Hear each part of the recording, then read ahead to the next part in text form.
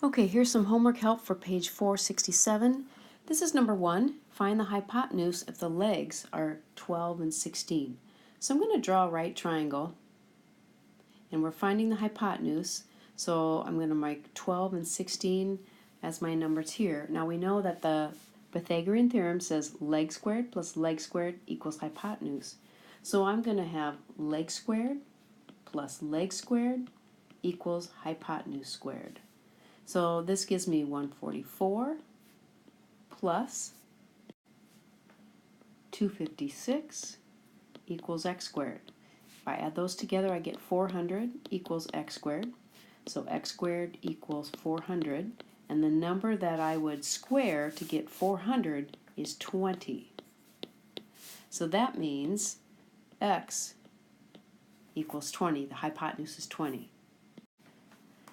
Now for this next problem, I'm given the hypotenuse in one of the legs, and I'm finding the other leg. But the Pythagorean theorem is the same.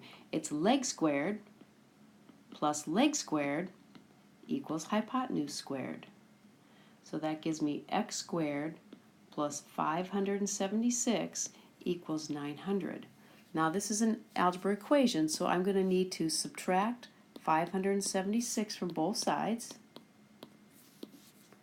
And I get x squared equals 324. If I take the square root of both sides, I'm going to get x equals 18. So that means that leg is 18. Here's number 17.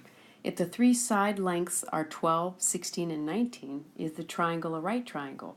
Well, we know if it's a right triangle, the longest side is the hypotenuse. So if this is a right triangle, this would have to be our hypotenuse. So when we set it up, we're going to test 12 squared plus 16 squared to see if that gives us 19 squared.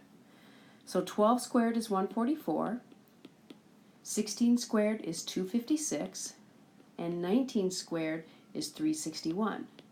If I add these two guys together, I get 400. And 400 does not equal 361, which means this is not a right triangle.